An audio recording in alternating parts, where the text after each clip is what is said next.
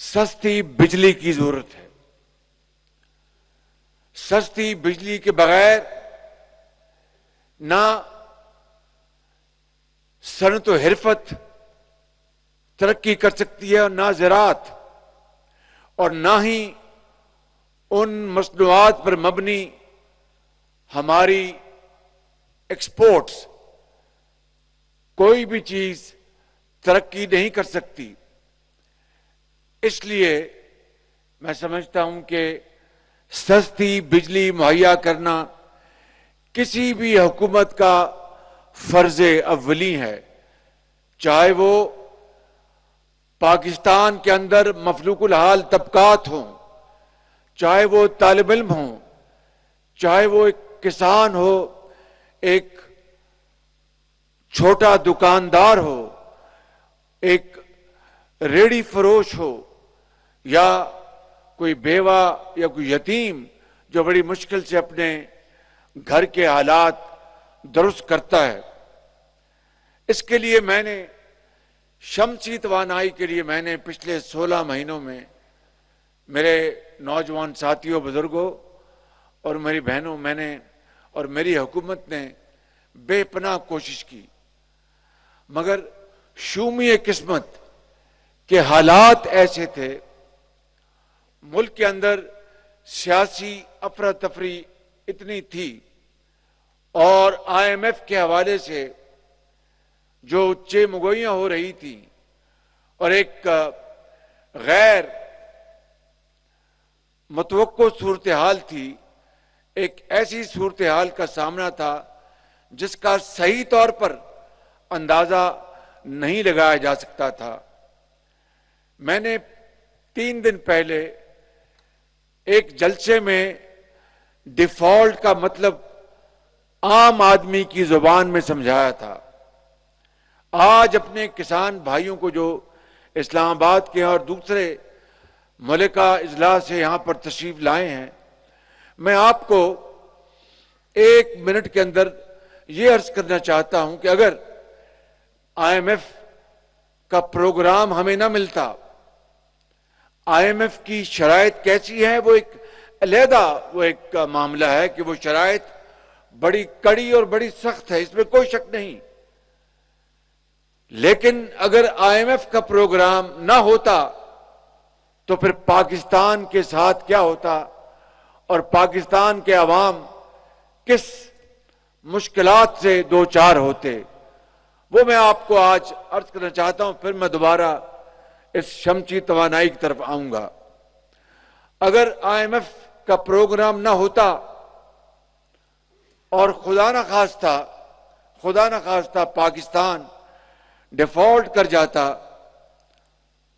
تو دوائیوں کی دکانوں پر لائنیں لگی ہوتی ہیں اور دوائیاں نہ مل رہی ہوتی. باہر سے زندگی بچانے کے لیے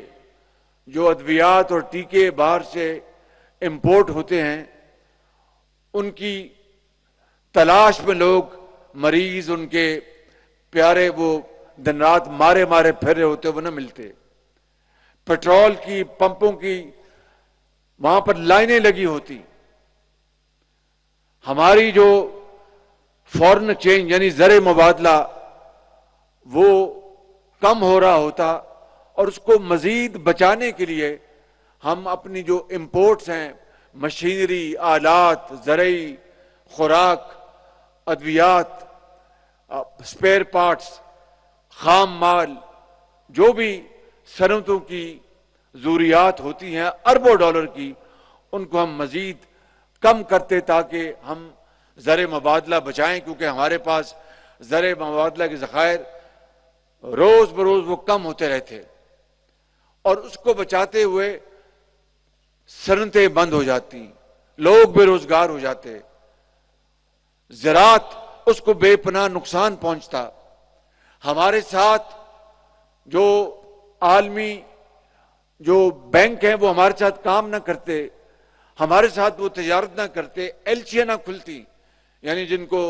انگریزی میں کہتے ہیں لیٹر آف کریڈٹ. یہ وہ ہوتا ہے، آپ جانتے ہیں کہ بینک کے ذریعے کوئی چیز باہر سے منگوانی ہے، وہ اس کے لیے ایلچی کھولتے ہیں تاکہ جو بیچنے والا ہے اس کو بینک کے ذریعے ایک مل جاتا ہے کاغذ کہ میں چیز بیچوں گا پاکستان تو مجھے پیسے مل جائیں گے، وہ نہ کھلتی۔ اور ہمارے بعض سودے ایسے ہوتے ہیں جن کو وہ پاکستان کے بینکوں کی، میں سادہ الفاظ میں کہہ رہا ہوں کہ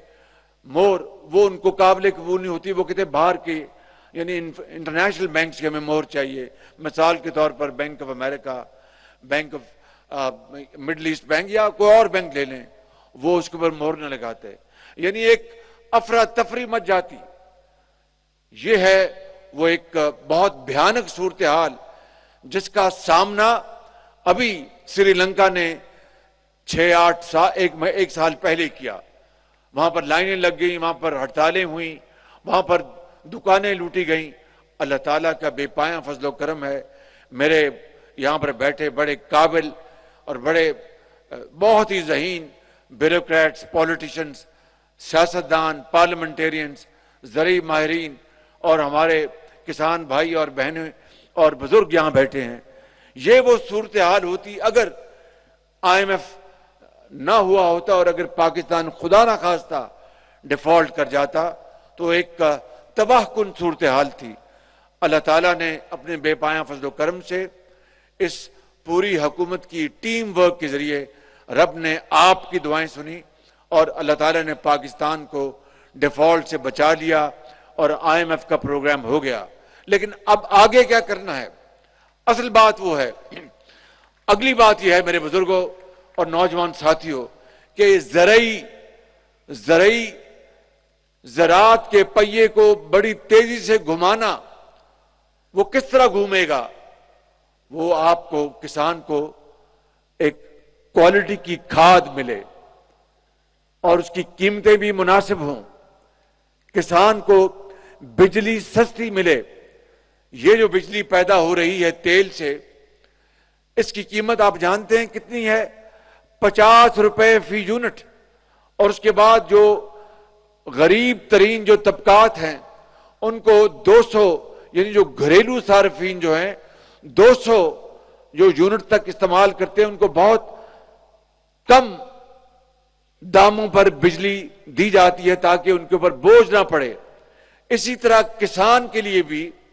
جو بجلی، اس کے اوپر بھی ہم نے سبسڈی دی۔ IMF نے کہا کہ آپ یہ کام نہیں کر سکتے، یہ سبسڈیاں دینا بند کر دیں۔ انہوں نے ہمارے ہاتھ بند کر دیے، بالکل انہوں نے چابیاں لگا دی کہ آپ کوئی سبسڈی نہیں دیں گے، چاہے وہ زراعت ہے یا وہ صنعت ہے یا حرفت ہے یا ایکسپورٹرز کے لیے کوئی سبسڈی دینی ہے۔ تو میرے بھائیوں، بزرگوں اور نوجوان ساتھیوں، پھر ہم کیا کریں؟ یہ وہ راستہ ہے، شمسی توانائی خالی ٹیوب ویل کے لیے نہیں، صنعتوں کے لیے، گھروں کے لیے، کارخانوں کے لیے، دکانوں کے لیے، ملک کے چپے چپے، چاہے وہ بلوچستان ہے، چاہے وہ سندھ ہے یا KP ہے یا پنجاب ہے یا آزاد کشمیر یا گلگت بلتستان ہے۔ اور اللہ تعالیٰ نے، یہ اللہ تعالیٰ کا کرم ہے کہ پاکستان کو اللہ تعالیٰ نے چمکتا ہوا سورج عطا کیا ہے۔ یورپ میں جہاں پر بعض اوقات سورج سردیوں میں نظر نہیں آتا، وہاں پر انہوں نے بھی اس کے باوجود شمسی توانائی پیدا کرتے ہیں۔ یہاں پر تو رب تعالیٰ نے 12 مہینے سورج دیا ہے، سردیوں میں بھی گرمیوں میں بھی۔ لیکن کتنی شومیہ قسمت ہے اس قوم کی، غریب آدمی کی، عام آدمی کی، کہ 75 سال گزر گئے، ہم نے شمسی توانائی تو ابھی 20-30 سال پرانا قصہ ہے، لیکن اس سے پہلے جو پن بجلی، جو پانی سے بجلی پیدا ہوتی ہے، اس کے لیے ہم نے منگلا ڈیم بنا، تربیلا ڈیم بنا۔ اس کے بعد ہم بالکل سو گئے اور تیل کے جو کارٹل تھے، جو تیل یہاں پر جو کمپنیاں ہیں، انہوں نے اپنا ایسا جادو جگایا کہ تیل ہی تیل کے علاوہ کچھ ہو نہیں سکتا۔ آج مہنگی ترین بجلی تیل سے پیدا ہوتی ہے اور سستی ترین بجلی سولر، شمسی توانائی، پن بجلی اور ہوا سے جو بجلی بنتی ہے۔ نہ سولر کے اوپر ایک دھیلا نہیں لگنا، مفت کی سورج کی شعائیں، ہوا سے جو بجلی بنتی ہے، مفت کی ہوا، اس سے بجلی بنتی ہے۔ اللہ تعالیٰ نے ہمیں ہر چیز دی، عقل بھی دی، ہر چیز دی، لیکن وہ حوصلہ نہیں دیا، وہ سوچ نہیں دی کہ اس کی وجہ سے آج پاکستان کے اندر چاہے وہ کارخانے ہیں، چاہے وہ زراعت ہے، چاہے وہ گھریلو صارفین ہیں، چاہے وہ دکانیں ہیں، مدرسے ہیں، ہسپتال ہیں، ہر جگہ مہنگی ترین بجلی ہے۔ اللہ تعالیٰ کا بے پایاں فضل و کرم ہے کہ نواز شریف کے دور میں 2017 کے آخر میں لوڈ شیڈنگ کا خاتمہ ہو گیا، اور وہ 20 گھنٹے کی لوڈ شیڈنگ تھی، اس کا نواز شریف کی قیادت میں وہ اندھیرے ختم ہو گئے، اور خدا کے فضل و کرم سے پاکستان اس مشکل سے نکل گیا۔ یہ ساری بات میں نے اس لیے بتائی ہے کہ کل ہم اپنی مدت مکمل ہونے کے بعد ہم کل صدر پاکستان کو میں لکھ کر بھیج دوں گا کہ اسمبلی کو تحلیل کر دیا جائے، اور پھر انٹرم گورنمنٹ آئے گی۔ میں آج یہ پروگرام آپ کے سامنے اور قوم کے سامنے آج اس لیے لایا ہوں کہ خدا گواہ ہے کہ اس سے زیادہ اہمیت کا کوئی منصوبہ ترقی کا پاکستان کے اندر کوئی اور ہو نہیں سکتا، ماں سوائے شمسی توانائی، شمسی توانائی، شمسی توانائی۔ تو اس کا آج اس کی بنیاد رکھ دی گئی ہے، 377 ارب روپے کا اس کا حجم ہے۔ اب میں یہ سادہ الفاظ میں آپ کو سمجھانا چاہتا ہوں۔ ہم نے یہ فیصلہ کیا ہے، وفاق نے، کہ اگر مثال کے طور پر اس سولر ٹیوب ویل کی قیمت 100 روپے، آپ کو سمجھانے کے لیے، ویسے تو کنورژن کا میں نے پتہ کروایا، جو تیل سے چلتے ہیں، ڈیزل سے ٹیوب ویل، اس کے اوپر لاگت آئے گی تقریباً 40 لاکھ روپے کنورژن کی، یعنی شمسی توانائی سے جو چلیں گے، اور جو بجلی سے چلتے ہیں ٹیوب ویل، ان کے اوپر لاگت آئے گی کچھ 26 لاکھ روپیہ ان کو کنورٹ کرنے کے لیے۔ لیکن آپ کو سمجھانے کے لیے کہ اگر 100 روپیہ اگر قیمت ہے اس سولر کے ٹیوب ویل کی، تو 33 روپے دے گی حکومت پاکستان، یہاں پہ 33 روپے دے گا صوبہ جس صوبے میں وہ ٹیوب ویل لگنا ہے، اور 33 روپے دے گا کسان بھائی۔ یعنی کتنا کم بوجھ آپ پہ ڈالا ہے ہم نے، 1/3 اور 1/3۔ مگر وفاق میں جو ٹیوب ویل کسانوں کو، ابھی میں نے چند اپنے کسان بھائیوں کو یہ دیے ہیں، وفاق میں 2/3 وہ حکومت پاکستان دے گی، اس لیے کہ وفاق میں صوبہ کوئی نہیں ہے، وہ وفاق میں وفاقی حکومت ہے یا پھر کسان ہے۔ تو اگر 100 روپیہ قیمت ہے ٹیوب ویل کی، تو وفاق یہاں پر اسلام آباد کے قرب و جوار میں جو ہمارے ذمہ دار بھائی ہیں، کسان بھائی ہیں، ان کو 67 روپے وفاق دے گا، اور 33 روپے کسان اس میں حصہ ڈالے گا اور اپنا شمسی توانائی والا ٹیوب ویل لگا لے گا۔ یہ انقلابی قدم ہے، اور اس کے بغیر پاکستان کی ترقی کا سوچنا بھی محال ہے۔ اس لیے میں کسی کو اس وقت الزام نہیں دینا چاہتا، ماں سوائے کہ یہ سیاسی لیڈرشپ کو کئی دہائیوں پہلے یہ فیصلہ کرنا چاہیے تھا کہ جب پن بجلی کے منصوبے عروج پر تھے ان کو ہم مکمل کرتے۔ ابھی میں سعودی عربیہ کا ایک وفد آیا، ان سے میں بات کر کے آیا ہوں، اور ان کو میں نے کہا کہ دیا میر بھاشا ڈیم جو ہے اس کو آپ اس کے اوپر سرمایہ کاری کریں، اس کے اوپر تقریباً 14-15 ارب ڈالر کی سرمایہ کاری ہونی ہے دیا میر بھاشا ڈیم کے اوپر۔ اور میں آپ کو بتانا چاہتا ہوں، یعنی ایک سادہ اور موٹی باتیں تاکہ ہم اچھی طرح سمجھ جائیں، اور مسائل کیا ان کا حل کیا ہے۔ دیا میر بھاشا ڈیم جتنا آج تک بن سکا ہے، یہ ڈیم جو ہے یہ بہت بڑا ڈیم ہے، اس میں ذخیرہ بھی ہوگا پانی کا، جس سے آبپاشی آپ کی زمینوں کو پانی ملے گا تو زمینیں اپنا سیراب ہوں گی، زرخیز ہوں گی، اور غلہ وہ وہاں پر اگلے گا۔ دوسرا، وہاں پر پاور ہاؤس بجلی بنے گی، تقریباً 4000 میگا واٹ بجلی بنے گی پانی سے۔ اب اس کے اوپر 12-15 ارب ڈالر خرچ ہونے ہیں۔ نواز شریف کے دور میں اللہ تعالیٰ نواز شریف کو لمبی عمر عطا فرمائے، انہوں نے دیا میر بادشاہ ڈیم کی بنیاد ڈالی اور وہاں پر 100 ارب روپے نواز شریف نے مختص کیے۔ لیکن میں یہ کہتا ہوں کہ اجتماعی بصیرت ہماری دیکھیں کہ یہ اجتماعی ایک ناکامی ہے پولیٹیکل اور ملٹری ڈکٹیٹرز کی، جنہوں نے 75 سال پاکستان میں آئے، سوائے منگلا ڈیم اور آپ کے تربیڑا ڈیم اور دوسرے اور اس زمانے میں ڈیم بنے تھے، پھر وہ معاملہ رک گیا اور منافع اور کارٹیل اور یہ جو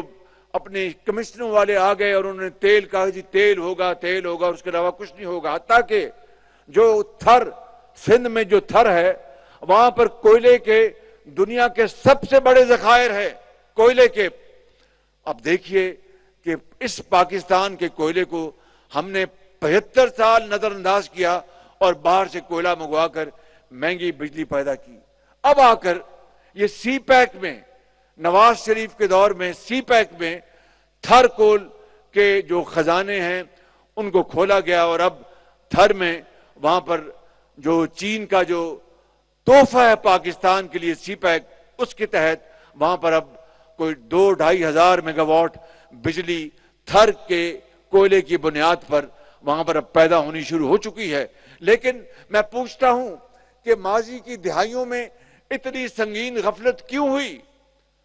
ان حکومتوں سے کہ اپنا کوئلہ ہو اور کوئلہ باہر سے منگوایا جا رہا ہے؟ مان لیا کہ تھر کول کی جو کوالٹی ہے وہ اچھے جو باہر کے کوئلے کی بعض کانے ہیں،